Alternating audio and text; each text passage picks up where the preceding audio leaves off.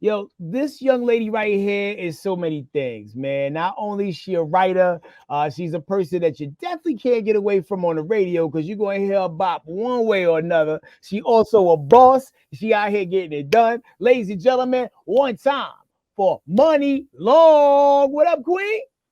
What up? I'm doing good on this side. How you? Yo, doing good, man. And it is a breath of fresh air to not only like hear like the records that you did, not only hear your new single Baby Boo, which is like quite a bop as well. Shout out to you and Sweetie for that one. But you have been on a consistent kill streak right now. You're like the Steph Curry of like, just getting them joints in. Stephanie Curry, if I dare. I'll take it. Yo, so like, thinking back, in your whole process and putting everything together, like when was that moment that you realized that you had it? What is it? I mean, I feel like one thing that I've always been in search of that I really feel like I finally have is just knowing who I am and having like that freedom and being secure in my freedom. Um I just didn't know what I was doing before. I was just sort of like feeling my way in the dark and very, very blessed to have this gift of song and, to not only just be able to write them, but to perform them and just imagine these stories. But now I'm doing it with purpose and intention. Um, and obviously, it's paying off. So it's just like, it just feels very freeing. Um, if that, I mean, to me, that's it really is just like being unafraid to express your most authentic self and in whatever it is that you do to have success being exactly who you are. So yeah, Indeed. I just feel free. Well, in the beginning of letting people hear your voice, like, I mean, did you have like, some singers like, hey, I started in the church choir or it started here, it started there. Like, when is the first time where you were unafraid to grab that microphone and say, all right, let me let the people hear what I could do? Oh, I definitely sang in church, but I didn't have a choice. That was like get your butt in the get up there and sing that song. And I always had to sing like the national anthem.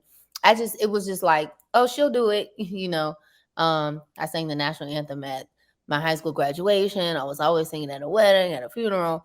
Um, I just thought that's just what you do. Everybody can do it. So I don't know. I think I've just started getting to a place where like I'm not really nervous. Um, I'm more so just like I feel like when you're prepared, you don't get nervous, and when you Right. paying, when you're the one that's paying, you don't get nervous because it's like this is my stuff. You know what I'm Right. saying? I paid for this, so hey, you know what I'm saying?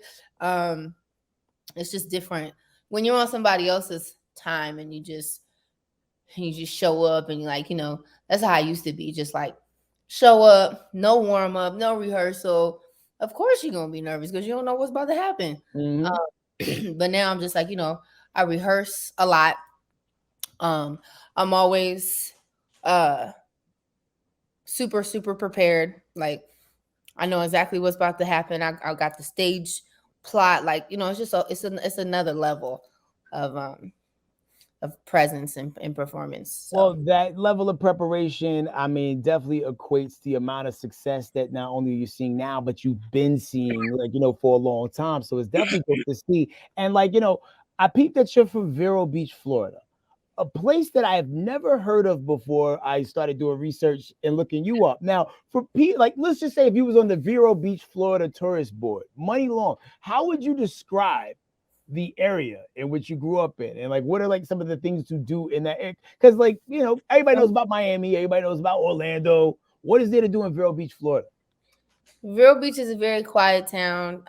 There are some very amazing. It depends on what you want to do. So if you want like a nice resort, quiet beach day, um, we have plenty of that. Like the beaches in Vero are gorgeous.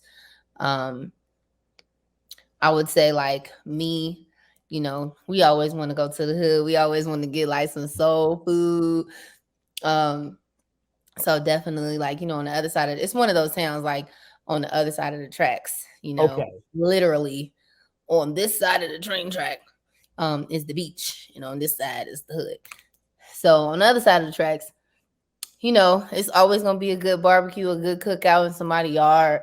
You know, people park, everybody go up to the park, park their cars, and just be playing their music and vibing, chilling with their plates. But other than that, the Dodgers used to train in Vero Beach, Mhm. Los Angeles Dodgers, but then I think they moved to Arizona like 5, 6 years ago. So there's really nothing to do in Vero Beach except for go to the beach Okay, and makes sense. eat crab legs. That's it. That's the ill combo, but yo, crab legs is in. Like they never go out of style. People definitely rock with those. Like, when's the last time you've been home? Oof. I think I was just home maybe like 2 months ago, maybe. Okay.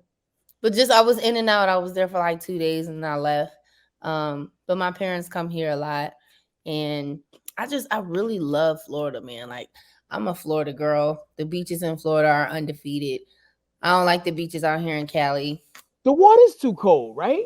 The water's Among other cold, things. the sand is mud, and it smells like fish. It just smells fishy. Like, ugh.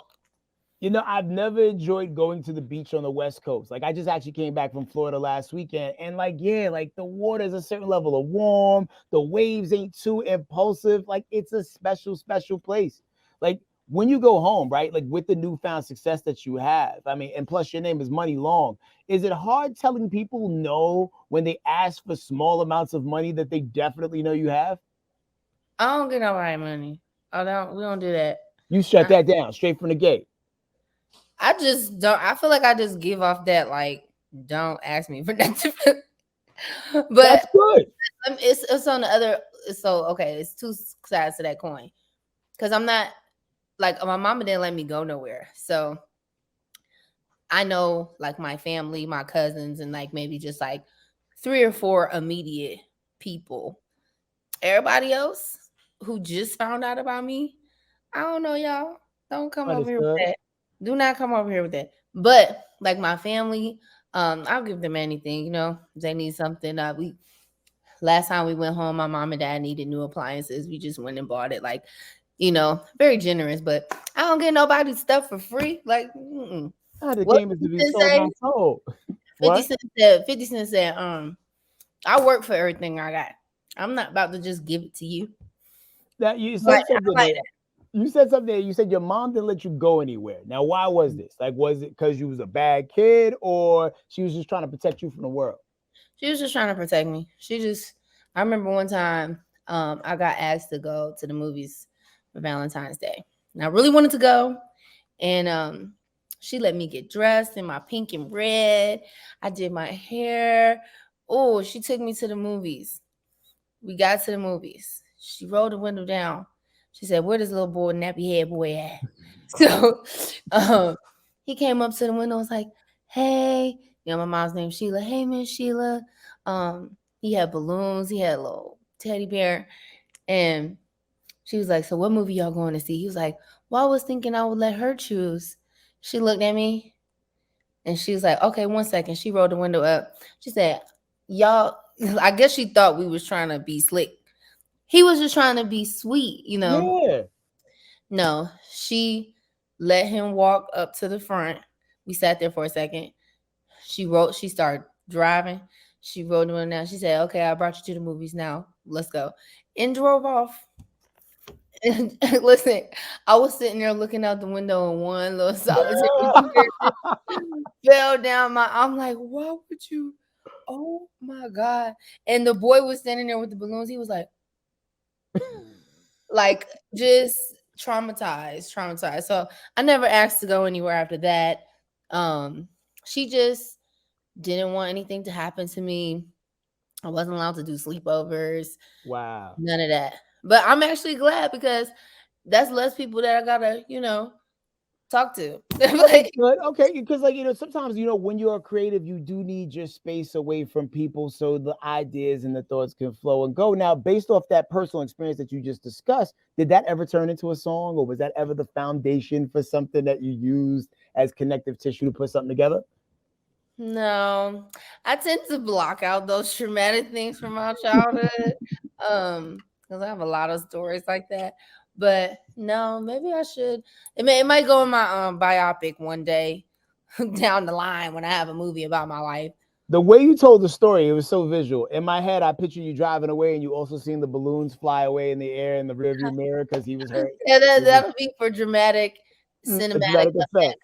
Absolutely. Now, for those who know your story, which is a legendary story, even so young, you've moved the pen for yourself and others for the last 12 years. And when did you be like, you know what? It's my turn. Later for everybody else, I'm going in. I felt like it was my turn for a long time. Um, Hold on one second. Peso, be quiet. My dog, he loves to wait till I get on the phone to do that. Sorry about that. It's So okay. um, I'm sorry. The question you said, Yeah, like when you knew it was your time, because like you was writing for a lot of other people, and you said you felt like it was your time for a while. yeah, I felt like that for a long time. I mean, I never got into this to be a songwriter. I was just doing that so I could eat because, it's very expensive out here. I had to pay my rent. I was trying to, you know, just stay as close to my dream as possible. Um, and also, I'm grateful for just being able to like see behind the veil. It's like when you're writing for other people, you get to be in their presence, and I call it getting it through osmosis. When you sit in somebody's energy and you watch how they move, like working with Mariah, I learned so much from her, and she didn't even have to talk. Hmm. Just the way that she carried herself, um, her reactions to certain questions, the way that she would never take a picture with the wrong lighting, um, just different things like that. And so I'm very grateful for that sort of like in the field study. But I tell people all the time, like, it doesn't just apply to music or me being an artist, but like you can do something and you can be really good at it, but that doesn't mean that that's where you need to stay forever. Right. Sometimes you just outgrow something. Sometimes you just want to try a different flavor. Like, I did that for 10 years, a decade. That's a long time. It is a long time, especially to be lending your talents, which you know you have, to other people and seeing them reap the benefits, even though you did benefit as well. Also, I don't think people realize my age. Like I started when I was 18. So Mm. I'm a kid, you know. Like you're legal, but I really feel like you don't really get the hang of like, okay, I'm grown now. So you maybe like 26, 27. So I really was like, I spent most of my youth um just serving others and like figuring out who I am and what I want to do. Yeah. And so now I know and I want to go do that. It's like, I don't know. I mean, sometimes it takes people a lot longer to figure out who they are because they're stuck doing something. And they're like a robot, just mechanical, like, well, this is what I do. I'm really good at it. I'm gonna stay here. But I always knew that like as soon as I figure it out, I'm out of here, you know. Indeed, and like not only are you doing like the artist thing, you also like run a independent label with your husband, and it's such a treacherous business that we're in, and like some people say only a fool would run in here full speed if you really know how everything works behind the scenes. How has it been for you, like learning the process, and are there any difficulties that come running a business, with a loved one? Absolutely. Excuse me. My husband is really respectful though, just of like who I am and who I want to be, how I want to be portrayed. He has really great um taste. So, we have a great we've developed a great, banter when it comes to like once I make the song or he helps keep me cool, I'll ask him like, yo, what you think about that? And sometimes if it's corny, he'll be like, you know. Um, but for the most part, like it, if he most of the time he's so I look at him and he over there like, that man, that was pretty hard, but I think like it's gonna be an everyday process from this vantage point because the industry is continuously changing. When I first started, I got discovered on YouTube. I started on YouTube. Mm. Nobody knew what YouTube would become today. So I started on YouTube in 2004. No one had a clue that you would be able to make millions of dollars on the Right. internet. you know. So I think just having that mindset as a business owner, CEO, um, to have surround yourself with superstars, have great talent, fearless voices around you who aren't um, insecure about their ideas and their perspective, so that you can like mastermind and really build something. And me being the captain of the ship, I really like to empower my people. Like, what do you think? What do you know? Is like, um, everybody, is feels welcome. Everybody feels fairly compensated. I don't like full transparency. I don't like nobody like the cross talking, the side deals. Like, we don't do that, because for what? You know what I'm saying? Like, everybody's eating, on top of the table, above board. Um, and of course, there have been people who've tried to like do silly things, but um, I think as a group, like the culture of Supergiant Records, we understand the power of attraction. We understand like energy and frequency, vibration. So, and we all can recognize when we have aligned with another group of people who is also in that same mindset. Like, I have a song with John Legend that comes out tomorrow. Okay. Um, we shot the video. The whole entire process was seamless, not a headache, smooth. The business was incredible. He's such a nice person. It was efficient. The video was, we were in and out on time, no overages. It was like, see, this right here. This is how it needs to be. If it's not like this, it's some BS. Like, Absolutely. it don't take all that, So that's how I want to be. I would love for people to walk away from an experience with Money Long and her team saying how I felt about John and his team. So we're just gonna be the change that we want to see. Yeah, it's not that hard. I think people just like, they just want to be bad, and they want to like blame it, like, that's just the business. Like, no, it's not. You don't have to do that if you don't want to. Indeed, indeed. Well, yo, they telling us we gotta skedaddle and get it going. But yo, Money Long, you are such a vibe, man. And I would love to do this again. When you started talking about energy and frequency, you're talking my language right there, man. I'm big on that. And your energy is in favor with the universe right now. New single right now is called Baby Boo featuring Saweetie. I heard you're all about directing your own videos these days, so I can't wait to see what the visuals for that look like. Is it already in the bag?